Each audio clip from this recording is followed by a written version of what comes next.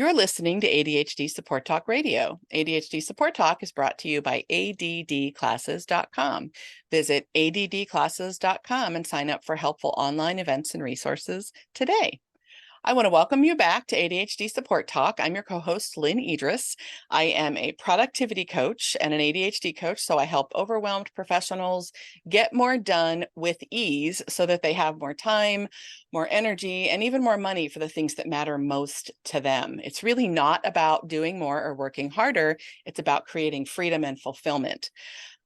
I am a woman with ADHD myself as well, so I get it, guys. I've been there, I've done that, and I know that you can come out the other side as well. You can learn more about me and what I do and the programs and services I offer at www.coachingadvantages.com. And when you text the keyword hack, H-A-C-K, to the number 33777, I'll send you my 7 foolproof productivity hacks to help you add hours of free time to your weeks by investing just a few smart minutes each day. Well, today, Tara McGillicuddy is back here recording with me. And in a moment, we're going to talk about something that we both get a lot of questions about, and that is time estimation. So welcome, Tara. Tell our listeners a little bit about you, and glad to be back here recording with you again. Yeah, me too. I'm glad to be back. Hi, Lynn, and hi, everyone. My name is Tara McGillicuddy. I am actually the founder of ADHD Support Talk Radio, which I believe is the longest running podcast for adults ADHD, and Lynn's co-host. I'm a woman with ADHD, an ADHD coach. I do other stuff too. You can find out more about me and the products and services I offer by going to my website, taramcgillicuddy.com. Yeah, Lynn and I were talking about what should we talk about today. And I just did a free Q&A webinar a few days back, and I got a lot of questions. And one of the questions was about time estimation. And I get these questions a lot, like I don't know how much time something should take. How much time does it take for other people? So you and I thought this would be a great thing to talk about since so many people are affected by this type of thing.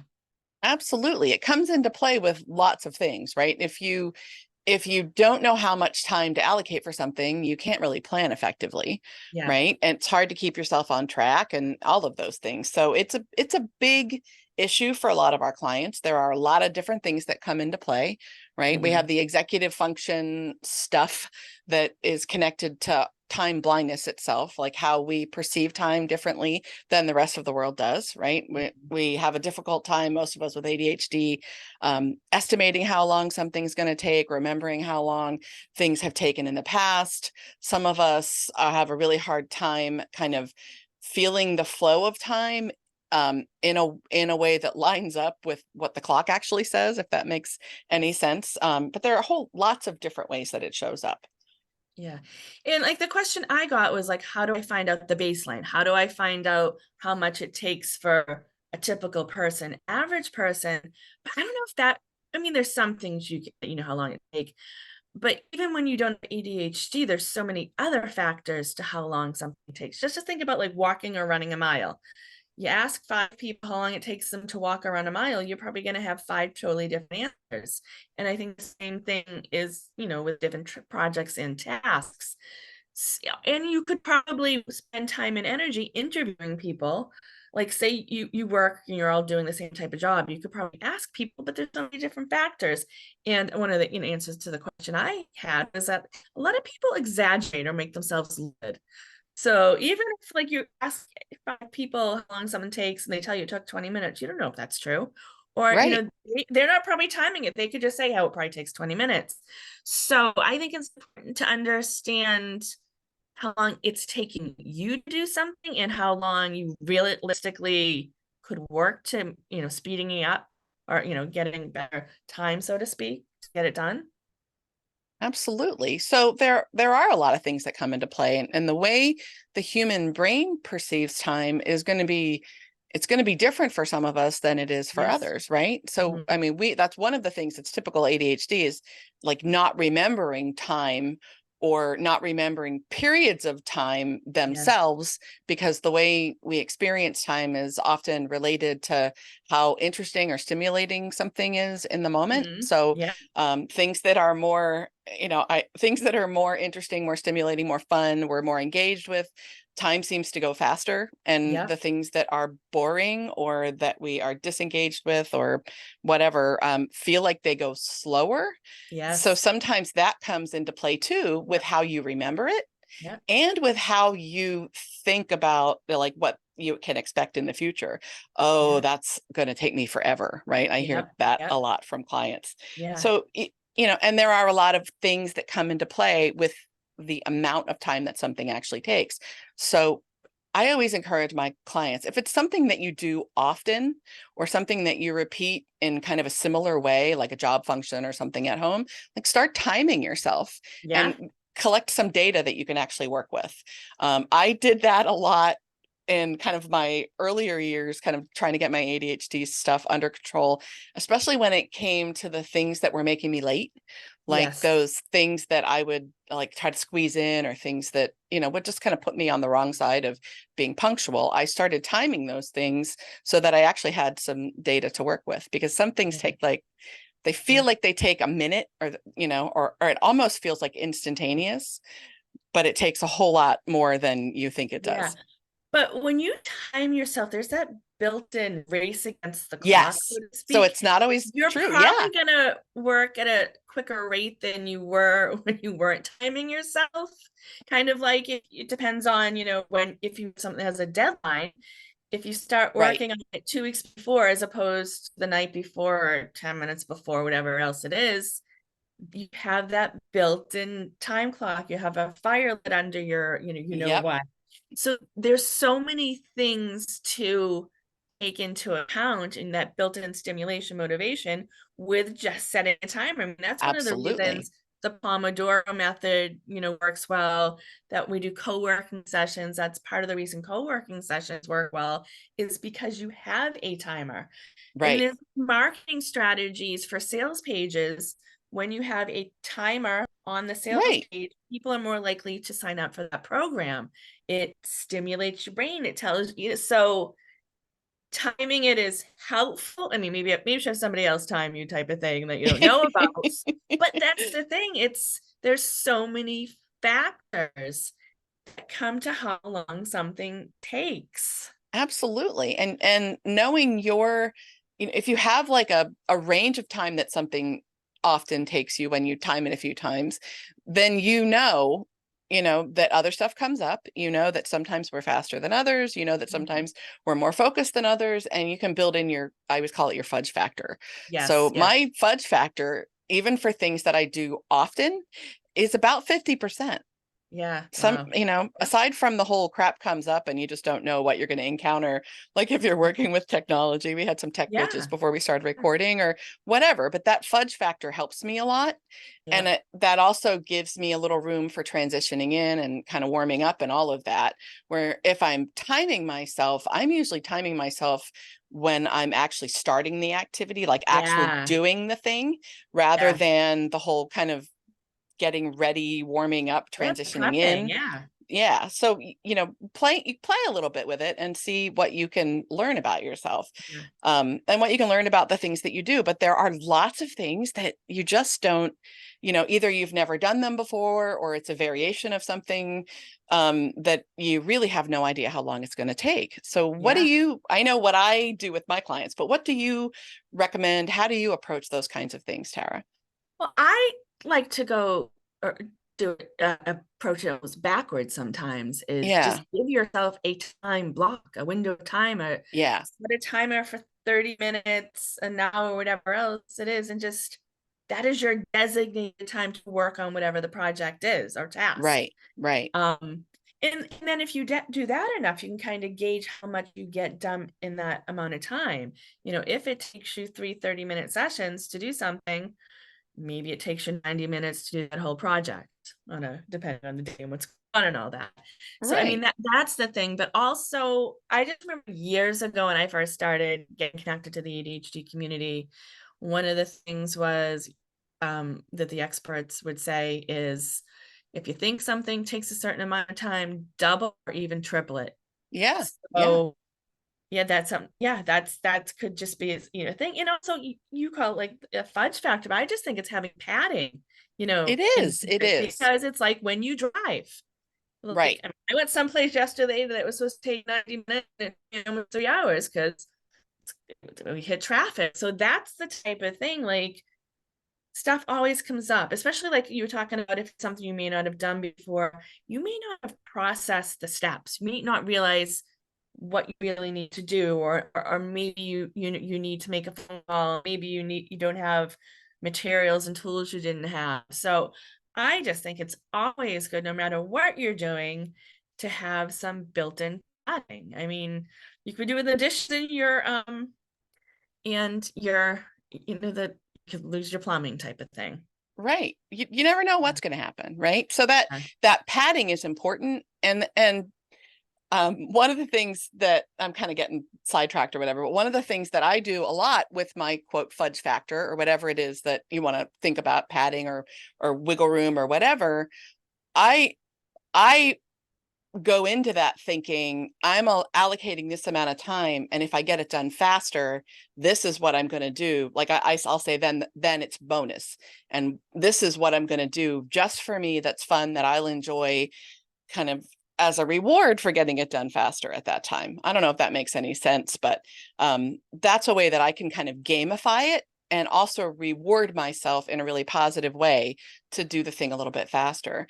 But a lot of times the way I talk about this with clients is, instead of trying to estimate, because it really, there are so many things that could take as long as you let them take, right? Things like, so many things come to mind, of course, but things like returning emails or creating something or writing something, or, the kinds of things that are harder to get started on for us or harder to stay focused on.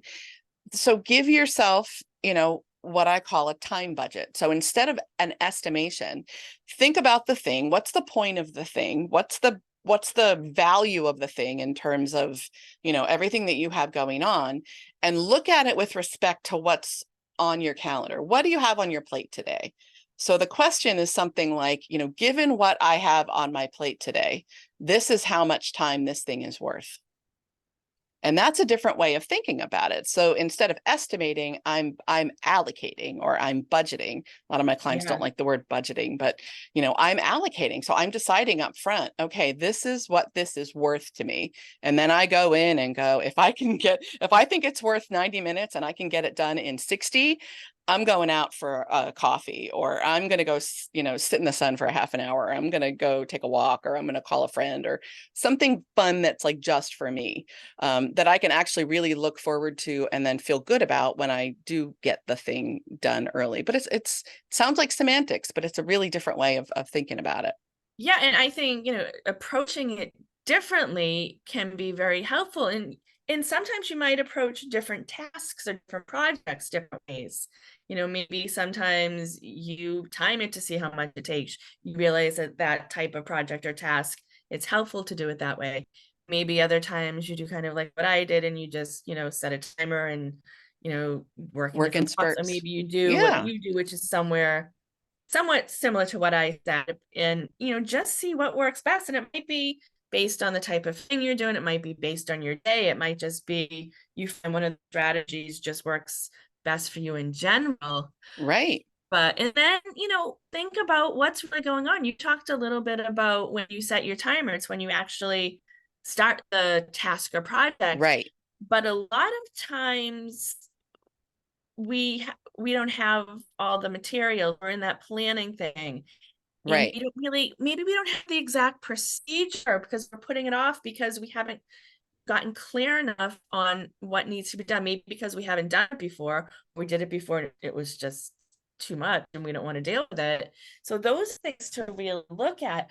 Are you taking into account the time you're preparing or avoiding or procrastinating as part of actual how much time it takes? So absolutely, there's so many factors with time management, with how long something takes or should take. And I don't know if there's a should with there's so many different factors, and absolutely, how much it takes somebody else to do as opposed to how much it takes you to do.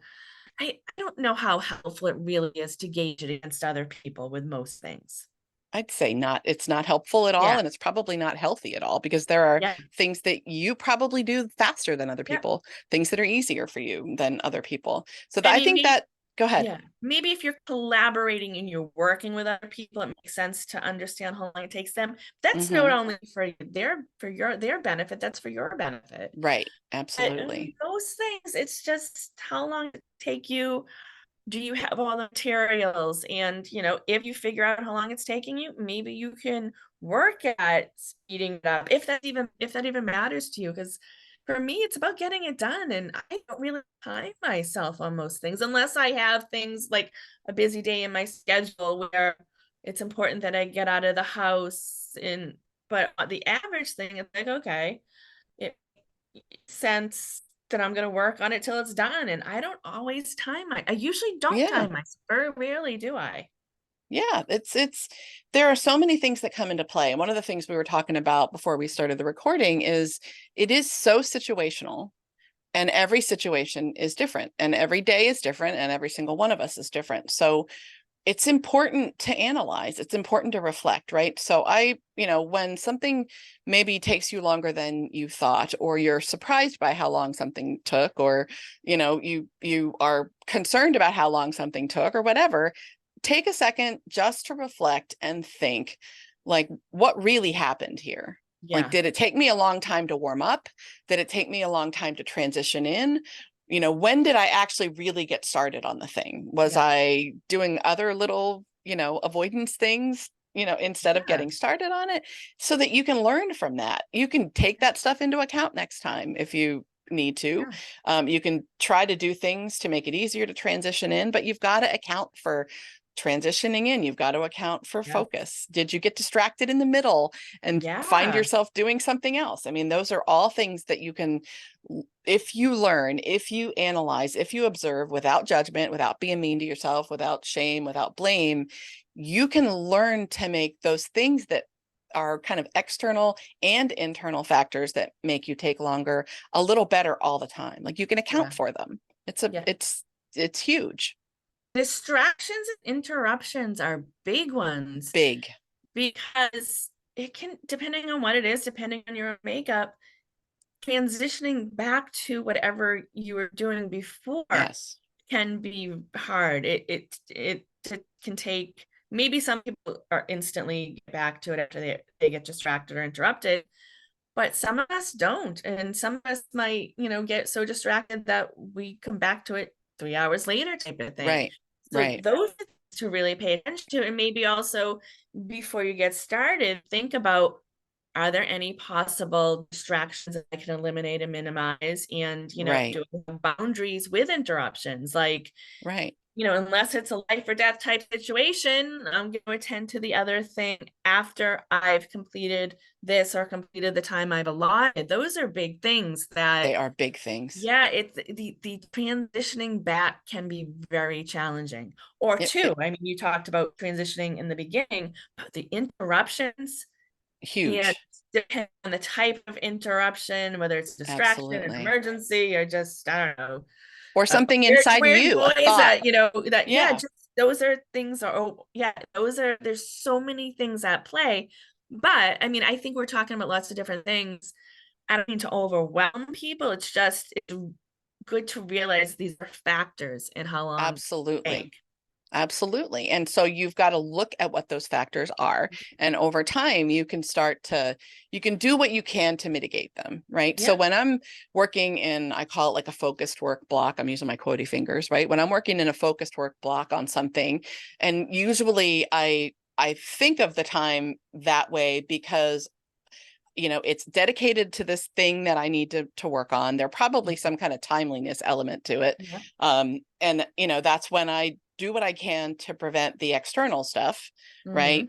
Closing the browser windows that I'm not using, putting everything on do not disturb, hiding my phone, putting all my messaging things on out, because that's a big one for a lot of us, right? I don't want a pop-up notification that you have in a Slack message or an email or whatever, or a text can be enough to totally throw you off, whatever, off topic or off focus. But then I also think about like that I interrupt myself as much as other people interrupt me, right? With thoughts and ideas and feelings and, whatever sensory stuff. So I always make sure that I have like a notepad or something close by, that when something pops up, an idea or a thought or a to-do or whatever, I can capture it there. And then at the end, deal with it, that when I'm done working on the thing that I'm focused on, and I don't get myself so far off track, right? So having something like knowing that that's a thing, I know that that's a thing for me. So coming up with a creative way to deal with that in a proactive way can be huge. Yep. Also being realistic about how long you can focus on something. Yes. I mean, if something takes you 3 hours and you can only focus for 15, 20 minutes at a time, work in 15 to 20-minute time blocks. Absolutely. Do not force yourself to work on that same thing for 3 hours straight, because it's going to take you forever. Yeah. I mean, those are things, and pay attention to where you are. And I know we've talked about energy management before too. Like if your self-care is fluctuating and you didn't sleep well the night before, you may not be able to focus as long as you may have if you were sleeping well, eating well. So those are things to pay attention to. Absolutely. Even if something should take 3 hours, or you have to really be realistic about how long you can focus on that project task. And it differs from task to task, from Absolutely. type of activity. So there's so many factors. There really are so many factors. And again, like I agree with you, Tara. I hope this doesn't overwhelm people, but I hope it makes people realize that there's a lot to consider, right? There are a lot of things to pay attention to. There are a lot of things to look at and a lot of things to try to work with and, kind of take into consideration if you're concerned or you're having a problem with time estimation, because it really isn't, it isn't cut and dry. No. And this is why working with a coach or working in a coaching group or the co-working type sessions that I offer and other people offer, you have a lot of that built-in structure, that built-in race against the clock. I remind people to, only focus on the one thing they're working on. I have them break it down into actionable steps. So those are things that if you're like overwhelmed because Lynne and I are talking about all these different things and you're like, oh my gosh, that all makes sense to me. Maybe you create some structure in your own life, or you join some type of program, work with a coach where you can develop better systems for yourself. Absolutely. Better processes. Absolutely. Any last thoughts you want to share with our listeners, Tara? And then go ahead and tell them again how they can find out more about you and what you do. Yeah, I think reiterating, we both said this multiple times, there are so many factors involved how something takes average person, and the ADHD and the other things that you may have going on in your life, even more factors, and just become aware of that instead of beating yourself up. If you'd like to learn more about me and the products and services I offer, you can go to my website, taramcgillicuddy.com. You can also go to ADHD supporttalk.com. And we also have a Facebook group where you can join that and talk about the different episodes. Absolutely. You can, share with us your thoughts, what's helpful for you, what's not been helpful for you, ask questions and connect with us and other members of our audience there in the community. We'd love to have you. Well, thanks, Tara. I hope the listeners have found this helpful. If you find our podcast helpful, if you enjoy it, we always appreciate it if you leave us a 5-star review on iTunes. The more 5-star reviews we get, the more people can find us and get the help and the support they need with their ADHD. So I want to thank you all for listening. I always appreciate your attention, and we will catch you next time on ADHD Support Talk. Again, I'm Lynne Edris. Thanks again.